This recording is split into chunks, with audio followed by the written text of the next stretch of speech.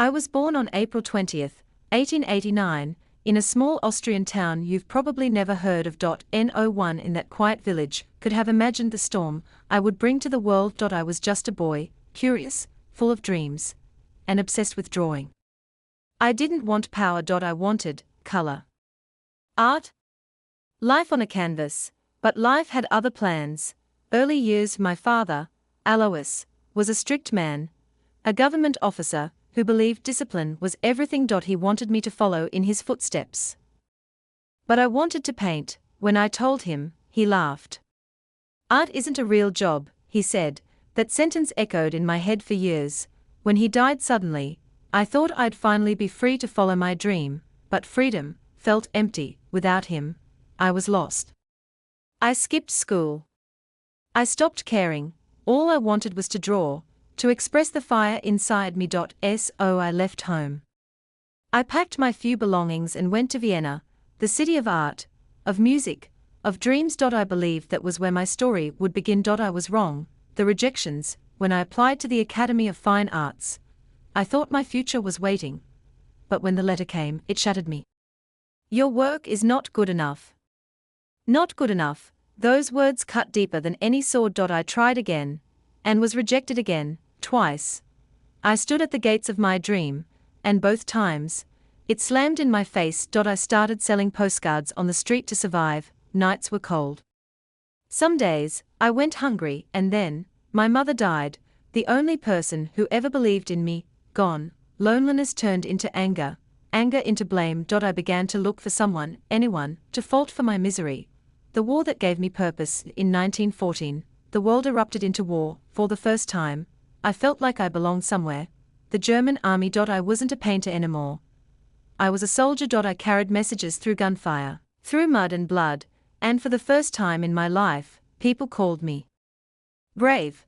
But when the war ended, Germany lost. We returned not as heroes, but as failures.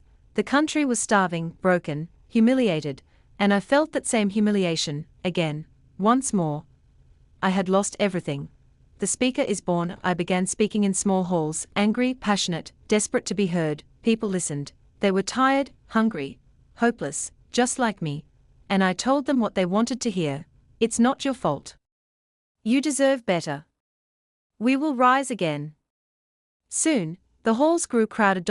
My words became fire. I joined a small group called the German Workers' Party. Later, I renamed it the Nazi Party, and gave it a symbol that would be known around the world, a red flag with a black swastika. People saw strength in me. But what they didn't see was my growing obsession. I didn't just want to lead Germany. I wanted to control it. The rise to power, when I stood before thousands, shouting, "Germany will rise again," their cheers were like fuel to my soul. They believed me, every word, and for a time, it worked. I rebuilt roads, factories, schools, people had jobs again. They called me a hero.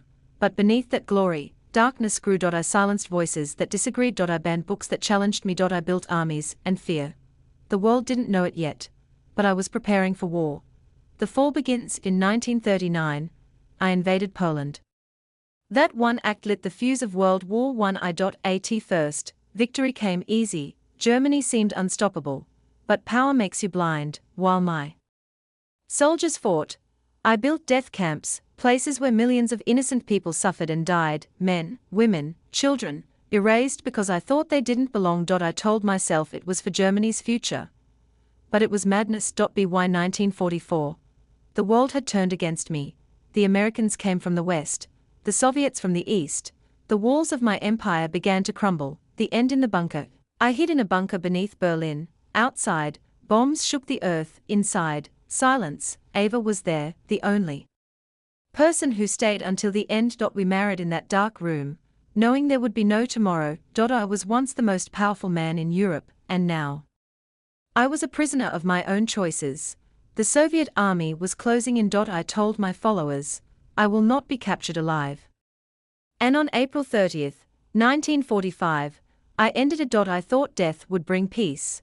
But history had already written my name, not as a hero, but as a warning, reflection, the lesson from the ruins of my decisions. Germany rebuilt itself. The world promised, never again. Looking back, I see it now. Every moment of anger, every word of hate, every act of pride, it all led to destruction. I wanted greatness.